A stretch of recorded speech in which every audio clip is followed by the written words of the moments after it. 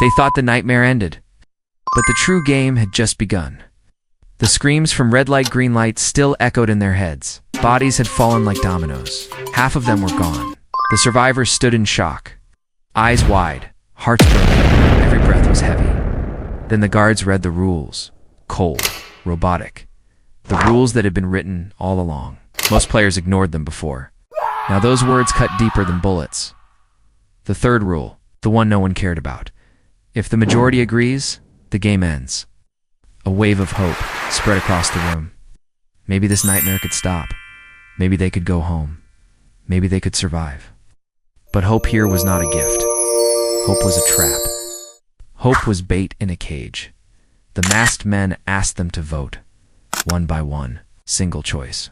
Stay in the game. Or walk away. The room was split. Hearts torn. Money versus life. Dreams versus fear. Each player stared at the red button. One side meant death later. The other meant misery now. Some shook. Some pressed quickly. Some hesitated. Some closed their eyes. Every decision was a mirror, a reflection of their true self. The vote crept forward. Stay, leave, stay, leave. The numbers were close. Too close. Then came the old man. Player 001. The one who smiled while others screamed. He was the last to vote. And in that moment, the entire game balanced on him. He lifted his hands slowly. Everyone held their breath, and he pressed the button. Leave. The game was over. At least that's what they thought. The guards honored the rule. The doors opened.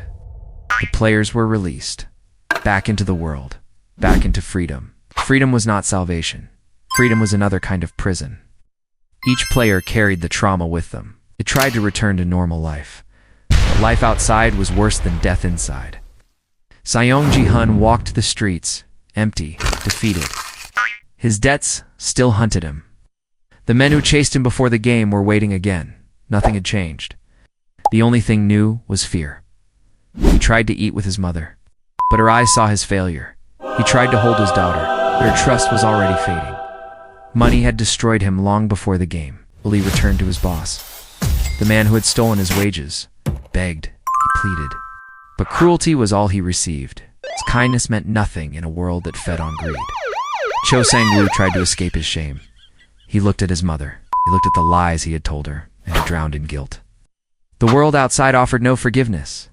Even Deok-soo, the gangster, found no peace. His enemies followed him. His blood was wanted. The streets were not safer than the arena. Player after player tried to start again, but every step reminded them of the game. The walls of their lives were tighter than the walls of the dormitory. At least in the game, they had a chance at fortune. Here, they had nothing. And then it hit them. The vote to leave had never been a gift. It was a trick, a test, a way to measure who would break, who would crawl back, who would beg for another chance.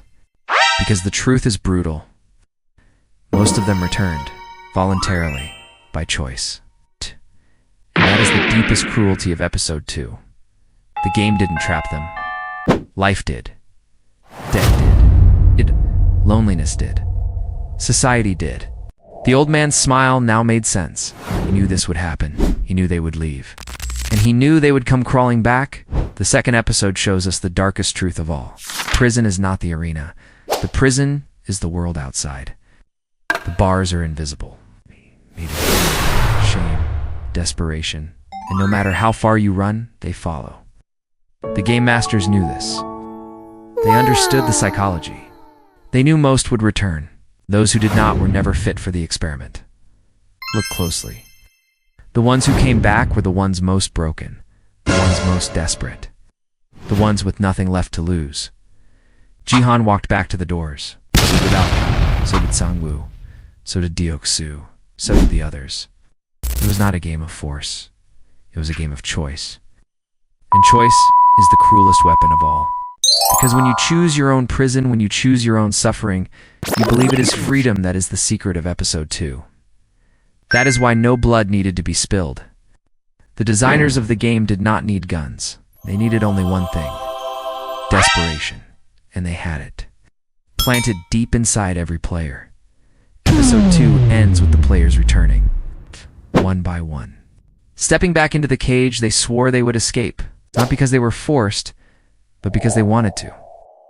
And that is the true horror. Not the doll, not the bullets, not the honeycomb candy. The real horror is this. When given freedom, they beg to return to hell, and you watching from outside must ask yourself if you were drowning in debt, betrayed by friends, ignored by family, crushed by the weight of life, would you do the same? Would you return?